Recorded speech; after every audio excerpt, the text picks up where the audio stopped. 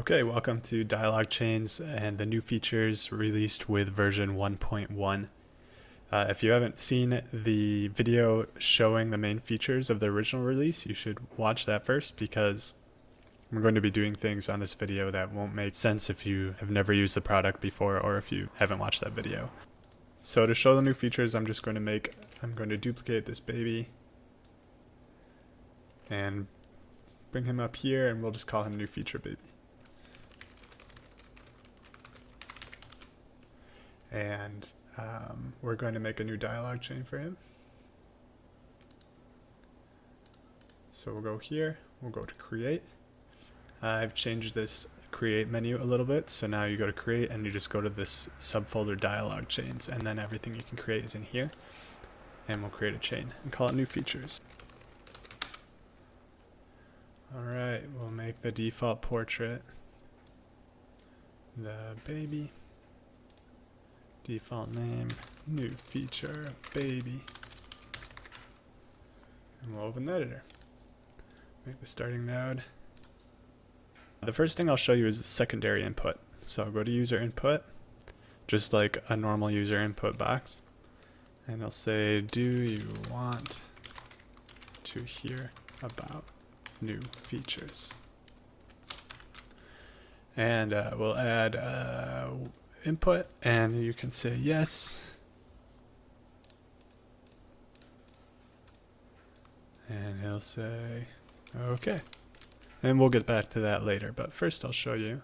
I'll attach that. So he'll ask, do you want to hear about any features? If you say yes, he'll say okay, and we'll go on with that later. But first we'll see a secondary input. So a secondary input is additional inputs to a normal input box. So this input box, he'll say, do you want to hear about new features? And right now the only option is yes. But if you want more options and you want those options to have conditions, this is what you need. So you add secondary input, you edit input, and we'll say, you look like that baby I just talked to. But you don't want this to come up unless you've talked to this baby here. If you remember from a previous video, once you talk to this baby, if you look in the node editor, after you talk to the baby, it sets this trigger of talk to baby to true. And you can find that trigger over here. So talk to baby starts as false, but when you talk to this baby, it becomes true. So now when we talk to this baby, the new baby up here, let's make him green, and we can call him green baby. Once you talk to green baby up here, his new features chain. Now you want to say you look like you look like that baby I just talked to, but you only want to see that input if you have a certain trigger, and that certain trigger is talk to baby, and it's true. So if talk to baby is true, then you'll see this input, you look like that baby I just talked to. And the way you connect these two is by right clicking and make a secondary connection. So now when you first talk to this guy, the only option you'll have is yes until after you set talk to baby to true, and then you'll have two inputs to choose from. So let's try that out. First we have to set the new features baby. Let's just call him green baby. And we'll call the new features green baby. Okay, so green baby will give him the green baby dialog chain. Okay, so let's try it out. You can see down here, this talk to baby trigger is false. So we talk to the new feature baby. Do you want to hear about new features? The only option you have is yes. So yes, he says okay, and that's all we've done. Now we go down to the original baby and see you talk to him, and now after we talk to him, this talk to baby trigger is set to true. And now we go up to the new feature baby and we talk to him, and now because that is trigger, this talk to baby trigger is true, now we have this option, you look like that baby I just talked to. Alright, so that's the first new feature. Again, to recap, it's just a secondary input that has a check node attached to it, and you set whatever checks that you need to be true, and if those end up being true, then you will see this secondary input. And then you connect this input using the plus or minus button, just like a normal input right here, plus or minus, because you can add multiple inputs, and all of these will show up provided that any of these that all of these checks are true. If all of the checks are true, then all of the inputs you put here will show up, and then you connect them just like how you normally connect user input.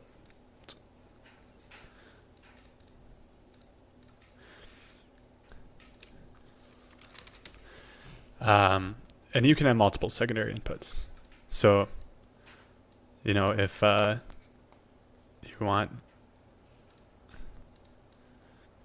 want different inputs to show up based on different checks, you add multiple secondary inputs.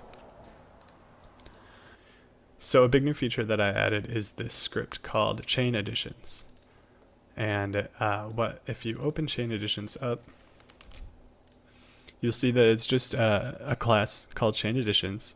It has a dialog chain, interactable bool, one-shot bool, this method called run chain, these three methods that we'll get into in a second, and on chain end. And what this script is a way for you to set your own methods to happen either during a chain or after the chain has ended. So I'll give you an example of that. So we have this green baby. He's green right now, but let's say after you talk to him, you want him to turn red. So what we need to do is we need to make a new script, and we'll call it color change chain addition. Okay, we'll open that up. The first thing we need to do is make it inherit from chain additions. Now once we have chain additions,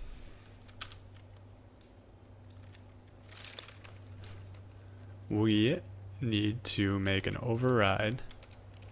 We need to make an override and on chain end.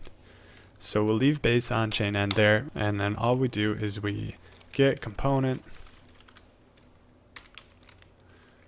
sprite renderer color equals color red.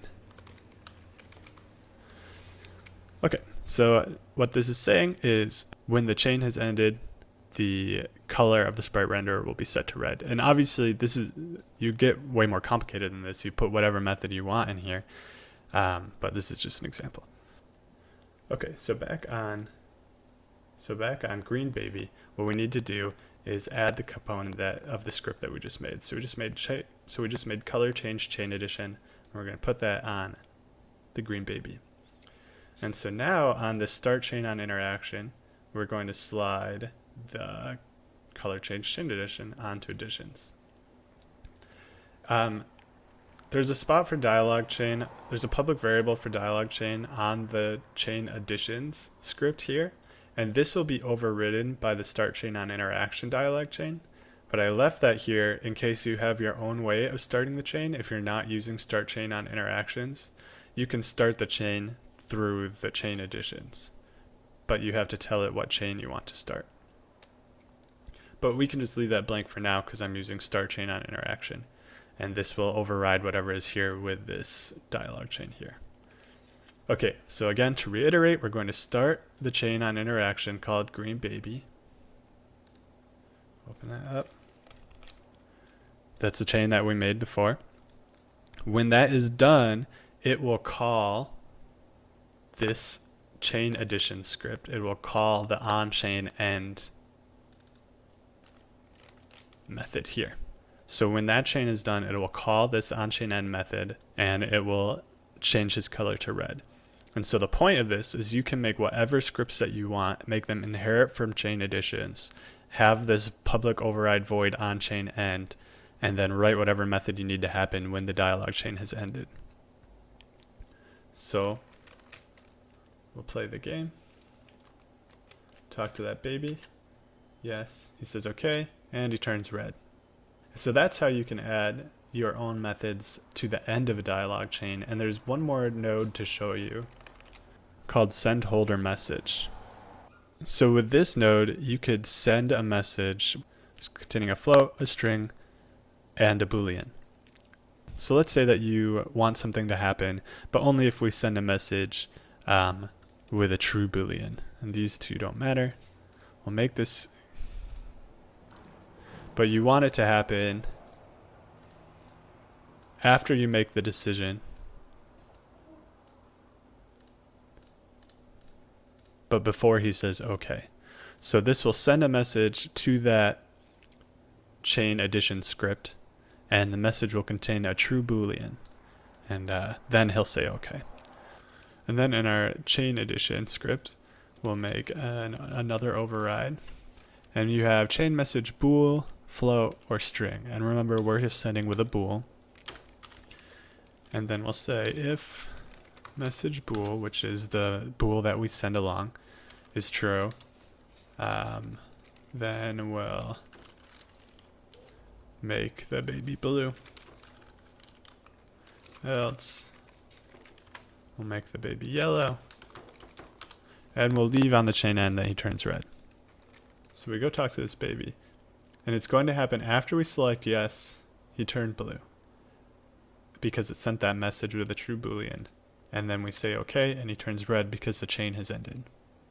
So we look at this green baby, we go to the node editor, and we'll just send a false Boolean instead.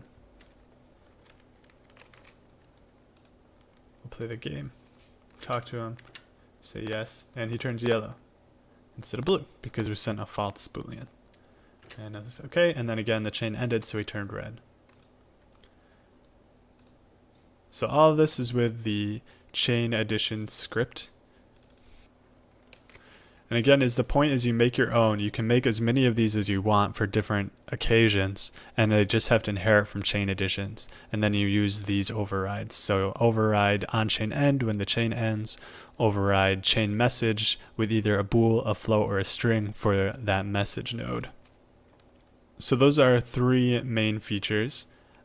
We fixed a few bugs.